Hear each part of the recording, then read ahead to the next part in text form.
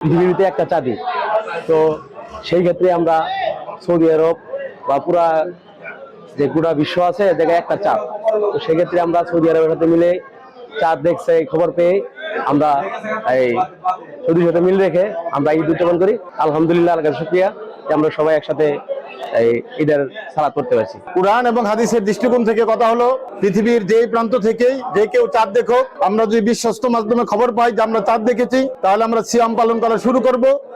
এবং যদি খবর পাই যে আবার চাঁদ দেখা গিয়েছে, তাহলে আমরা সিয়াম ভঙ্গ করে ঈদের জামাতে হাজির হব। এটাই আমাদের বক্তব্য। এই বক্তব্যের উপরে আমরা সবাই স্থির এবং সামনেও ইনশাল্লাহ আমরা আর বড় আকারে যারা আজকে বুঝতে পারেন তাদেরকে বলবো যে আপনারা আরো বুঝুন, জানুন, শুনুন, কোরআন হাদিস দেখুন এবং আপনারা একসাথে বিশ্বের মুসলিম উম্মাহ একসাথে ঈদের নামাজ পড়ার জন্য উদ্বুদ্ধ হন। আল্লাহ রাসূল সাল্লাল্লাহু আলাইহি ওয়াসাল্লাম যে অনুমতি দিয়েছে যে সারা বিশ্বে একই দিনে ঈদ বা সিয়াম পালন করতে হবে। আর এই বিষয়ে আমরা কোরআন এবং হাদিস পাওয়ার পর আমরা দীর্ঘ প্রায় 18 বছর ধরে আমরা এই একসঙ্গে আমরা ঈদ পালন করি সারা বিশ্বের সঙ্গে।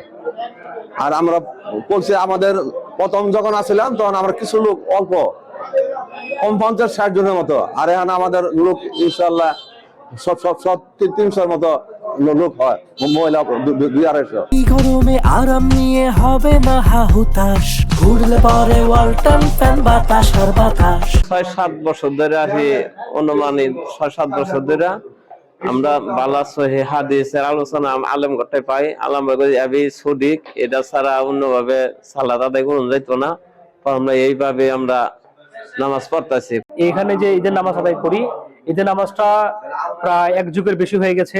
বিশেষ করে আমি 2011 সাল থেকে ঈদ সিয়াম পালন করি। তো আলহামদুলিল্লাহ প্রথম দিকে আমাদের সংখ্যা খুবই কম ছিল, এখন ধীরে ধীরে আলহামদুলিল্লাহ অনেক সংখ্যা বেড়েছে। মানুষ এখন কোরআন এবং হাদিস বুঝতে পেরেছে এবং বোঝার অনুযায়ী তারা এখন আসছে। আসলে কোরআন এবং হাদিসগুলো গবেষণা করলে দেখা যায় যে একই দিনে ঈদ সিয়াম পালন করে এটাই সবচেয়ে বেটার। কারণ আমরা একসময় একই দিন সিয়াম পালন করতাম, যখন আমাদের দেশগুলো ভাগ হলো, জাতীয়তাবাদ আমাদের ভিতরে ঢুকে গেল, তখন থেকে আমরা দেশভিত্তিক ঈদ সিয়াম পালন করা শুরু করেছি। আর দেশভিত্তিক ঈদ সিয়াম পালন করার কারণে আমরা আরাফা একদিনে করতে পারছি না, লাইলাতুল কদর একদিনে পাচ্ছি না।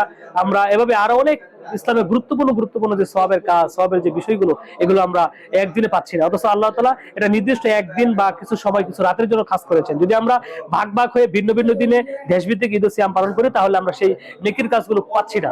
এই জন্য আমরা চাই গোটা বিশ্বে একই দিন ঈদ সিয়াম পালন করুক, যাতে করে একই দিন লাইলাতুল কদর এবং আরাফা এবং হজ সবগুলো আমরা একই দিন ঈদ সিয়াম পালন করি, এবং এটাই ইসলামের সবচেয়ে বিশুদ্ধ পথ।